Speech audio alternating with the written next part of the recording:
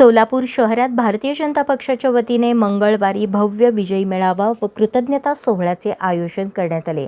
हरिभाई देवकरण प्रशालेच्या मैदानावर सकाळपासूनच हजारो कार्यकर्त्यांची उत्स्फूर्त गर्दी पाहायला मिळाली.